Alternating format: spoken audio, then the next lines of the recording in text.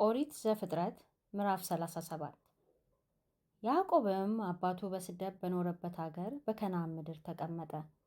ያዕቆብም ትውልድ ይህ ነው። ዮሴፍ የ17 ዓመት ልጅ በሆነ ጊዜ ከወንድሞቹ ጋር በጎችን ይጠብቅ ነበር። እርሱም ከአባቱ ሚስቶች ከባላና ከዘለፋ ልጆች ጋር ሳለ ብላቴና ነበር። ዮሴፍም የክፋታቸውን ወሬ ወደ አባታቸው አመጣ። እስራኤልም ዮሴፍን ከልጆቹ ሁሉ ይልቅ ይወደው ነበር። እርሱ በሽምግልናው የወለደው ነበርና በብዙ ኅብር ያጌጠችም ቀሚስ አደረገለት። ወንድሞቹም አባታቸው ከልጆቹ ሁሉ ይልቅ እንዲወደው ባዩ ጊዜ ጠሉት፣ በሰላም ይናገሩትም ዘንድ አልቻሉም። ዮሴፍም ሕልምን አለመ፣ ለወንድሞቹም ነገራቸው። እነርሱም እንደገና በብዙ ጠሉት። እርሱም አላቸው፣ እኔ ያለምኩትን ሕልም ስሙ። እነሆ እኛ በእርሻ መካከል ነዶ ስናስር ነበርና እነሆም የእኔ ነዶ ቀጥ ብላ ቆመች፣ የእናንተም ነዶች በዙሪያዬ ከበው እነሆ ለእኔ ነዶ ሰገዱ። ወንድሞቹም በእኛ ላይ ልትነግስብን ይሆን ወይስ ልትገዛ ይሆን አሉት። እንደገናም ስለ ሕልሙና ስለ ነገሩ ይልቁን ጠሉት።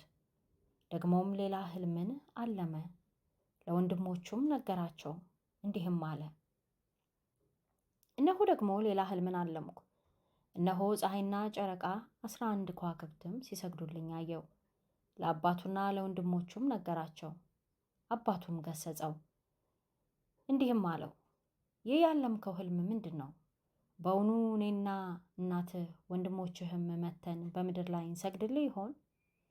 ወንድሞቹም ቀኑበት። አባቱ ግን ነገሩን ይጠብቀው ነበር። ወንድሞቹም በሴኬም የአባታቸውን በጎች ይጠብቁ ዘንድ ሄዱ። እስራኤልም ዮሴፍን ወንድሞች በሴኬም በጎችን የሚጠብቁ አይደሉምን? ወደ እነርሱ ልክህ ዘንድ ና አለው። እርሱም እነሆኝ አለ። እርሱም ሄደ ወንድሞችንና በጎቹ ደህና እንደሆኑ እይ፣ ወሬያቸውንም አምጣልኝ አለው። እንዲህም ከኬብሮን ቆላ ሰደደው፣ ወደ ሴኬምም መጣ። እነሆም በምድረ በዳ ሲቅበዘበዝ ሳለ አንድ ሰው አገኘው። ሰውየውም ምን ትፈልጋለህ ብሎ ጠየቀው። እርሱም ወንድሞቼን እፈልጋለሁ፣ በጎቹን የሚጠብቁበት ወዴት እንደሆነ እባክህ ንገረኝ አለው። ሰውየውም ከዚህ ተነስተዋል፣ ወደ ዶታይን እንሂድ ሲሉም ሰምቻቸዋለሁ አለው። ዮሴፍም ወንድሞቹን ተከታትሎ ሄደ፣ በዶታይንም አገኛቸው። እነርሱም በሩቅ ሳለ አዩት። ወደ እነሱም ገና ሳይቀርብ ይገድሉት ዘንድ በእርሱ ላይ ተማከሩ። አንዱም ለአንዱ እንዲህ አለው፣ ያ ባለ ሕልም ይኸው መጣ። አሁንም ኑ እንግደለውና በአንድ ጉድጓድ ውስጥ እንጣለው፣ ክፉ አውሬም በላው እንላለን፣ ከሕልሞቹም የሚሆነውን እናያለን። ሮቤልም ይህን ሰማ፣ ከእጃቸውም አዳነው፣ እንዲህም አለ፣ ሕይወቱን አናጥፋ። ሮቤል ደም አታፍስሱ፣ በዚህች ምድረ በዳ ባለችው ጉድጓድ ጣሉት፣ ነገር ግን እጃችሁን አትጣሉበት አላቸው። እንዲህም ማለቱ ከእጃቸው ሊያድነውና ወደ አባቱ ሊመልሰው ነው።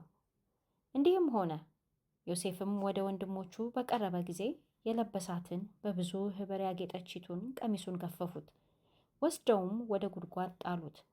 ጉድጓዱም ውሃ የሌለበት ደረቅ ነበር። እንጀራም ሊበሉ ተቀመጡ፣ ዓይናቸውንም አንስተው አዩ። እነሆም የእስማኤላውያን ነገዶች ወደ ግብፅ ለመውረድ ከገለዓድ መጡ። ግመሎቻቸውም ሽቱና በለሳን ከርቤም ተጭነው ነበር። ይሁዳም ወንድሞቹን እንዲህ አላቸው፣ ወንድማችንን ገድለን ደሙን ብንሸሽግ ጥቅማችን ምንድን ነው? ኑ ለእስማኤላውያን እንሽጠው፣ እጃችንን ግን በእርሱ ላይ አንጣል፣ ወንድማችን ሥጋችንም ነውና። ወንድሞቹም የእርሱን ነገር ሰሙት። የምድያም ነጋዴዎችም አለፉ። እነርሱም ዮሴፍን አንስተው ከጉድጓድ አወጡት። ለእስማኤላውያንም ዮሴፍን በ20 ብር ሸጡት። እነርሱም ዮሴፍን ወደ ግብፅ ወሰዱት።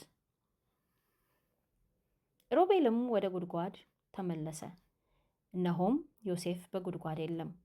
ልብሱንም ቀደደ፣ ወደ ወንድሞቹም ተመልሶ ብላቴናው የለም፣ እንግዲህ እኔ ወዴት እሄዳለሁ አለ። የዮሴፍንም ቀሚስ ወሰዱ፣ የፍየል አውራም ማርደው ቀሚሱን በደም ነከሩት። ብዙ ኅብር ያለበትን ቀሚሱንም ላኩ፣ ወደ አባታቸውም አገቡት። እንዲህም አሉት፣ ይህንን አገኘን። ይህ የልጅ ልብስ እንደሆነ ወይም እንዳልሆነ እስኪ እየው።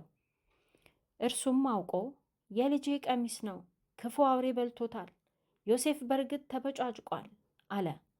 ያዕቆብም ልብሱን ቀደደ፣ በወገቡም ማቅ ታጥቆ ለልጁ ብዙ ቀን አለቀሰ። ወንዶች ልጆቹና ሴቶች ልጆቹም ሁሉ ሊያጽናኑት ተነሱ። መጽናናትን እምቢ አለ። እንዲህም አለ፣ ወደ ልጄ ወደ ሙታን ስፍራ እያዘንኩ ወርዳለሁ። አባቱም ስለ እርሱ አለቀሰ። እነዚያ የምድያም ሰዎች ግን ዮሴፍን በግብፅ ለፈርዖን ጃንደረባ ለዘበኞቹ አለቃ ለጲጥፋራ ሸጡት።